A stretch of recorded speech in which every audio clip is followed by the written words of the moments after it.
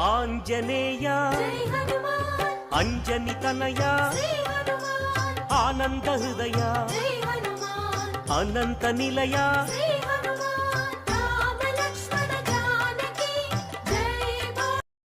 ఆంజనేయ అంజని తనయ ఆనంద హృదయ అనంత నిలయ.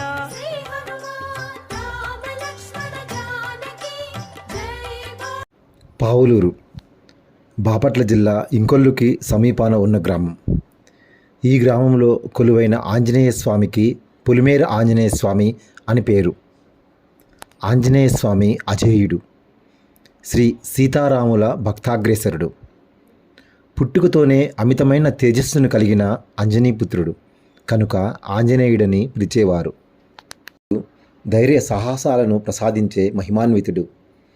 జయ జయ హనుమ జయ జయ హనుమ, వానర దూత వాయుకుమార, అతి బలవంత అంజనిపుత్ర, జయ హనుమ జయ జయ హనుమ జయ జయ హనుమ. జన్మతః బలసంపన్నుడు అయిన ఆంజనేయుడు ఉదయిస్తున్న సూర్యబింబమును చూచి పండు అనుకొని తినుటకు ఆకాశమునకు ఎగిరినాడు. అంతటి బలశాలి. వాలి సుగ్రీవుల వైరం కారణంగా ఆంజనేయుడు సుగ్రీవుడితో కలిసి అడవుల్లో సంచారం చేస్తుండగా రామ లక్ష్మణుల దర్శన భాగ్యం కలిగింది.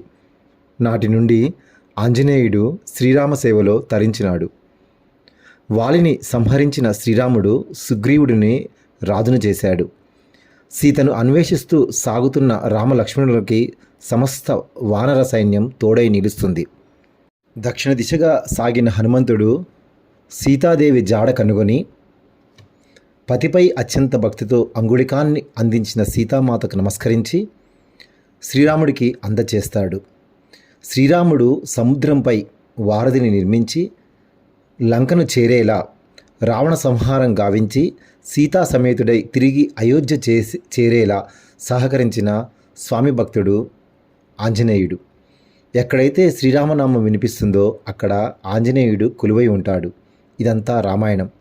రామాయణంలోని ప్రధాన ఘట్టాలు ఈ ఆలయంలో అందంగా పెయింటింగ్స్ రూపంలో ఉండి భక్తులను ఆకట్టుకుంటాయి. ఆంజనేయుడు అభయప్రదాత. ఆంజనేయుడు ధైర్య సాహసాలను ప్రసాదించే మహిమాన్వితుడు.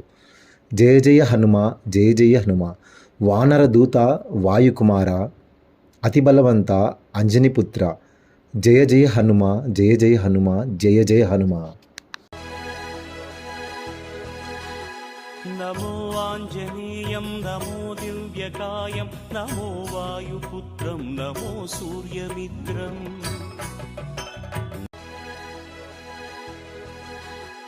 నమో ఆంజనేయం నమో దివ్యకాయం నమో వాయుపుత్రం నమో సూర్యమిత్రం.